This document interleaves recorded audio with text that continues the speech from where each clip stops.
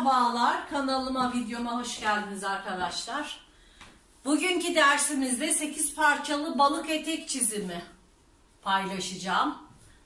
Bunun için 38 beden ölçülerimiz: bel 72 santim, basen 98, etek boyu 60 santim, kalça düşüklüğü 21,5 santim. Ve hesaplamaya geçiyoruz arkadaşlar. Bel 1/8 eşittir 9 santim yapıyor arkadaşlar. Bunu 1/2 yapıyoruz. 4,5 santim sağına 4,5 soluna yerleştireceğiz. Aynı şekilde kalça 1/8 yapıyoruz. 12,25 yapıyor arkadaşlar. Evet, şimdi başlıyoruz.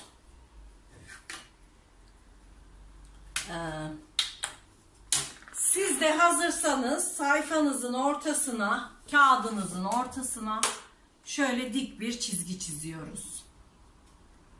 Düzgün dik bir çizgi çiziyoruz. Bu şekilde. Tepe noktaya 1 diyoruz. Bu 1 noktasından aşağıya 21,5 santimi kalça düşüklüğünü işaretliyorum ve etek boyu olan 60 santimi işaretliyorum. 2 ve 3 noktaları arkadaşlar. Evet, şu şekilde 3 noktamız da gözüksün. Evet, 1 2 3 noktalarımız da gözüküyor arkadaşlar, şu şekilde. Şimdi ölçülerimizi yerleştireceğiz. Ölçülerimizi bel 1/8 9 santimde arkadaşlar. 4,5 bir tarafa yerleştiriyorum. 4,5 da bir tarafa yerleştiriyorum. Şu şekilde kalçamıza da bir çizgi atıyoruz. Kalça 1/8 12,25'ti arkadaşlar. Kalçamızı 6,1 olarak sağına ve soluna yerleştiriyorum. 6,1 şöyle 6,1 bu şekilde yerleştirdim. Şimdi riga cetvelimle kavislerini vereceğim arkadaşlar. Şöyle belimizle basenimizi kırmızı kalemle birleştirelim.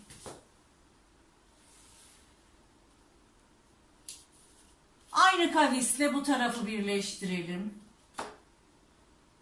Kavisi bozmadan şöyle birleştirelim.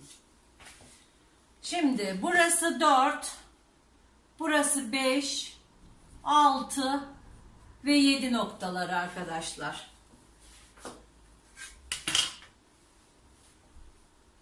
Kalça ölçümüzü etek ucunda da yerleştiriyoruz. Şu şekilde 6,1 6,1 de buraya. Şöyle yerleştirelim. Ve etek ucunun nasıl açılmasını istiyorsak o şekilde etek ucundan açma yapacağız. Şimdi biz bunun balık etek olmasını istediğimiz için kalça ölçüsünü bir miktar daha aşağıya indireceğiz ki eteğimiz dar insin, balık formunu alsın. Ben şöyle 15 santim daha uzatıyorum. Ve kalça ölçüsünü buraya taşıyorum.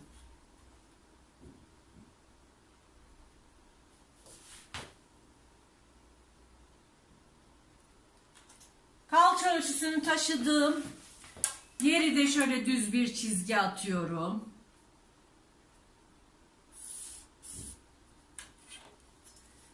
Ve üstteki kalça çizgimizi aşağıya taşıyoruz. Düz bir şekilde. Burayı da taşıyoruz. Ve eteğimizin nasıl açılmasını istersek o şekilde açıyoruz arkadaşlar. Bakın şöyle de açabiliriz. Cetvelle düz bir şekilde de açabiliriz. Biz şimdi cetvelle şu şekilde gelişine göre şöyle açalım. Ve gördüğünüz gibi balık formu oluştu arkadaşlar. Burası 15 santim indik. Burayı 10 santim de yapabilirsiniz. Daha uzun da yapabilirsiniz. Tabii eteğinizin boyuna göre değişir. Benim eteğimin tahtada gözüksün diye boyunu 60 santim çalıştığım için etek boyum kısa benim arkadaşlar. Şimdi burayı ölçüyoruz ne kadar açıldıysa. Şöyle. Aynısını bu tarafa taşıyoruz, diğer tarafa. İşaretini atıyoruz. Ve cetvelimle bu şekilde burayı açıyorum ve balık eteğimiz çıktı arkadaşlar. 8 parçalı eteğimizin bir parçası çıktı.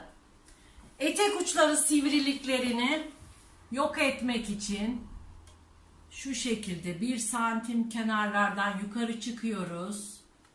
Şöyle. Riga cetveliyle düzeltiyoruz etek uçlarını. Bakın şu şekilde çiziyoruz.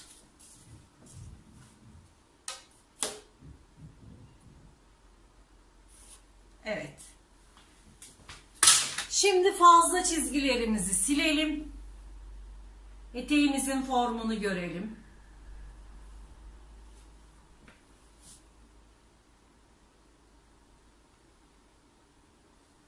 Altı, 7, 8, 9, 10 ve 11 noktaları. 11 aşamada balık eteğimizi çıkardık arkadaşlar. Şimdi bir bilgi daha vermek istiyorum arkadaşlar. Bizim elimizde 38 beden 8 parçalı etek kalıbımız var ama bize farklı bir beden lazım.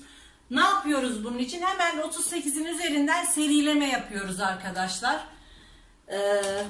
Bedenler arasında, her beden arasında 4 santim fark vardır arkadaşlar. Şimdi 38'den 40'a geçmek için bir etekte 4 santim büyütme yapmamız gerekiyor. Bunun için de ne yapıyoruz? Eşit bir şekilde paylaştırmak için 4 santimi 8'e bölüyoruz ve 2,5 milim elde ediyoruz arkadaşlar. Şu çizgiyi uzatıyoruz. Kalça çizgisini, bu çizgiyi, bunları uzatalım isterseniz göstermek adına. Ya da uzatalım, evet. Şu şekilde hemen kalıbımıza sıçrama noktaları için şöyle dik çizgiler çiziyoruz. Ve etek ucumuzdan da çiziyoruz. Şu şekilde. Ve bu kenarlardan 2,5 milim. 40 beden için 2,5, 42, 2,5, 44, 2,5 ve 44'ten 46'ya geçerken bunu 0,5 yapıyoruz arkadaşlar. 46'dan 48'e geçerken tekrar 2,5 milimle devam ediyoruz arkadaşlar. Serileme yaparken 44 ile 46'ya geçerken beden yenilememiz gerekiyor. Beden atlama gerekiyor. O yüzden yani kalıbımızın formu bozulmasın diye bu işlemi yapmamız gerekiyor. Ve 0,5 yapıyoruz. Sonra tekrar 2,5 milimden devam ediyoruz arkadaşlar. Kenarlardan 2,5 milim ölçüyoruz. 2,5 milim. Bu sağ taraftan sol taraftan 2,5 milimleri ölçüp aynı şekilde formunu bozmadan çizdiğimiz zaman diğer beden kalıplarını elde etmiş oluyoruz arkadaşlar. Bugünkü dersimizde bu kadar. Daha sonraki videolarda görüşmek üzere. Hoşça kalın, sağlıkla kalın arkadaşlar.